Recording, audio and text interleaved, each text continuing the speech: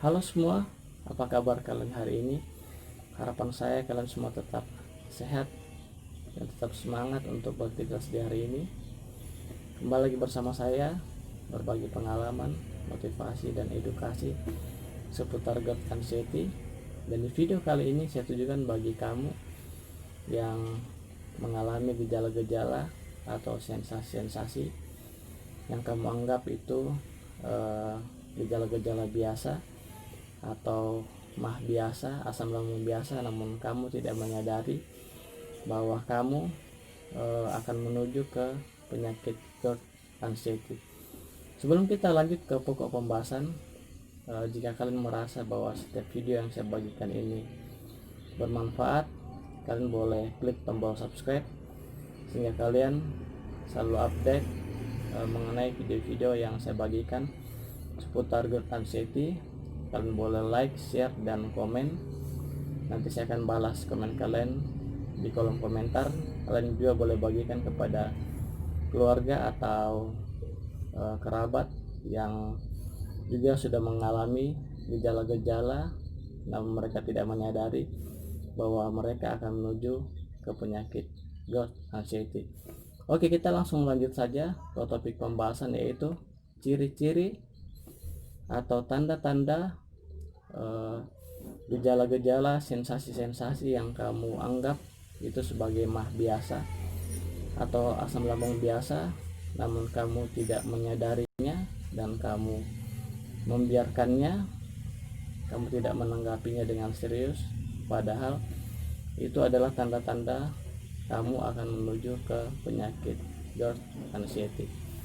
Oke, jadi saya tertarik untuk membahas topik ini karena kembali lagi ya, setiap video yang saya bagikan itu berasal dari pengalaman saya pribadi dan saya tidak mau kalian mengalami hal yang sama seperti yang saya alami.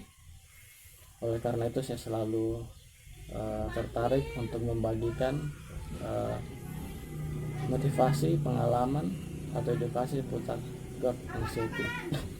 Beberapa orang mengatakan bahwa GERD anxiety ini adalah penyakit yang aneh, penyakit yang tiba-tiba saja menyerang kalian. Ya, kalian perlu ketahui bahwa GERD anxiety ini adalah penyakit yang sangat jelas ya. Artinya kalian ceroboh atau kalian cuek, kalian tidak mengatasinya dengan segera, padahal kalian sudah mengalami sensasi-sensasi yang mengganggu aktivitas kalian, mengganggu pekerjaan kalian ya. Beberapa orang juga mengatakan bahwa penyakit GERD anxiety ada kaitannya dengan genetik, yaitu saya benarkan juga. Namun ketika kamu dapat segera menanganinya, dapat segera mengetahuinya atau menyadarinya bahwa kamu sudah memiliki genetik ya, dari apakah dari orang tua yang mengalami gangguan pencernaan atau sensitif pada lambung mereka ya, kalian ya harusnya segera menyadarinya ya. Jadi kamu mengalami GERD anxiety ini karena kamu tidak menyadarinya ya. Seperti kamu suka terlambat makan, kamu makan yang terlalu pedas, makan banyak yang terlalu manis, yang terlalu asin, kamu merokok, kamu minum minuman keras, kamu begadang. Nah, itulah yang menyebabkan kamu mengalami gejala-gejala atau sensasi yang memperburuk daripada genetik atau daripada mah kamu atau asam lambung kamu. Jadi awalnya itu kita anggap sebagai mah biasa atau asam lambung biasa. Nah, itulah yang saya alami ya. Jadi awalnya saya belum mengetahui apa itu GERD, apa itu anxiety disorder, apa itu panic attack. Badan saya selalu drop, terutama di sore hari. Kemudian saya merasa dada saya terasa panas, perut saya terasa panas. Kemudian saya terlalu perfeksionis, ya. Saya selalu berpikir keras, saya selalu cemas. Ketika keluar kota, saya selalu drop. Saya tidak menyadari bahwa saya memiliki MA yang perlu saya tangani dengan segera, atau saya memiliki asam lambung yang berlebihan yang saya harus menyadarinya dengan segera. Namun di saat itu saya hanya menyepelekan saja, saya tidak menggubris begitu. Dan saya jalani hari demi hari. Kurang lebih awal saya pertama memiliki asam lambung yang berlebihan atau sensitif pada bagian pencernaan atau pada bagian lambung itu di 2014. Saya kembali jatuh sakit di tahun 2019, ya. Baru saja, ya, baru tahun yang lalu begitu. Nah, disitulah titik saya bahwa saya akan mengalami GERD anxiety. Ya, di situ kembali lagi saya cerita, saya mengerjakan laporan pekerjaan, saya tidak makan, ya. Saya mengerjakannya sampai lembur, sampai malam. Kemudian saya makan durian. Tentu kalian tahu bahwa durian memiliki kandungan gas yang tinggi. Ditambah saya tidak makan. Kemudian di situ saya juga sedang menyiapkan pernikahan saya. Nah, akhirnya disitulah saya drop, ya. Yaitu gejala-gejalanya, badan saya lemas, ya, seperti nafas pendek, seperti ada perasaan takut mati, saya mual, saya muntah gitu, mohon maaf. Kemudian akhirnya saya masuk opname untuk kedua kalinya. Nah, di opname yang kedua kalinya itulah setelah dari 2014 ke 2019 saya mengalami gejala-gejala sulit tidur di malam hari, panas di bagian perut. Saya selalu makan obat, ya, obat warung. Hampir setiap malam saya memakan obat warung. Setiap sore saya mengalami badan yang drop.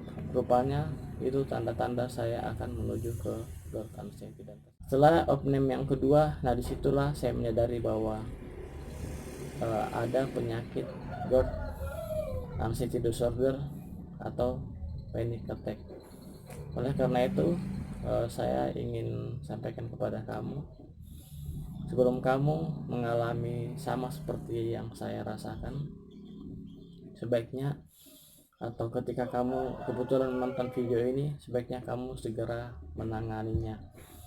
Karena ketika kamu membiarkannya, kamu akan mengalami sensasi-sensasi lebih buruk daripada sensasi-sensasi yang kamu telah alami beberapa bulan sebelumnya, beberapa minggu sebelumnya, atau beberapa tahun sebelumnya, yaitu sensasi begah atau sesak yang setiap hari, minggu demi minggu, bulan demi bulan, ya. Namun saya tidak menentukan waktunya. Kalian akan mengalami keliengan setiap hari, setiap saat.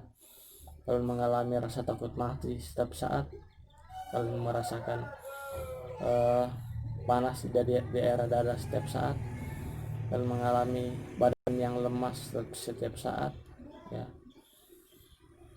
Kalian mengalami badan yang kram setiap saat, setiap hari, setiap minggu, setiap bulan. Kalian mengalami badan terasa dingin, ya, setiap saat. Yang awalnya dulu itu hanya, ya, mungkin sekali seminggu kamu merasakannya itu, atau 3 hari sekali. Namun ketika kamu sudah mengalami GERD anxiety, maka kamu akan mengalami sensasi-sensasi yang tidak menyenangkan setiap hari, setiap saat. ya. Jadi di sini saya bukan menakut-nakuti kalian, namun saya peduli kepada kamu ya, yang masih tahap awal atau yang masih mengalami mah biasa atau asam lambung yang berlebihan, yang biasa-biasa saja ya.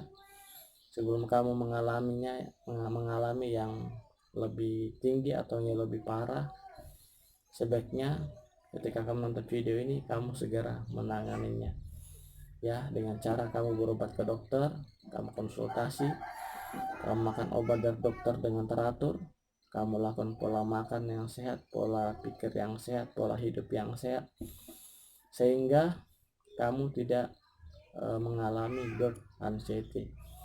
Karena ada pepatah yang mengatakan bahwa lebih baik mencegah daripada mengobati ya. Itu sangat, pepatah itu sangat masuk akal sekali ya. Karena ketika kita sudah terkena penyakit itu sangat sulit untuk mengobatinya. Namun ketika kita hanya memiliki gejala-gejalanya saja dan kita segera mencegahnya atau menanganinya, maka kamu akan segera sembuh daripada penyakit yang akan kamu alami ya. Jadi mungkin ini saja video yang saya bisa bagikan, semoga bermanfaat ya. Salam sehat dan tetap semangat dari saya. Thank you.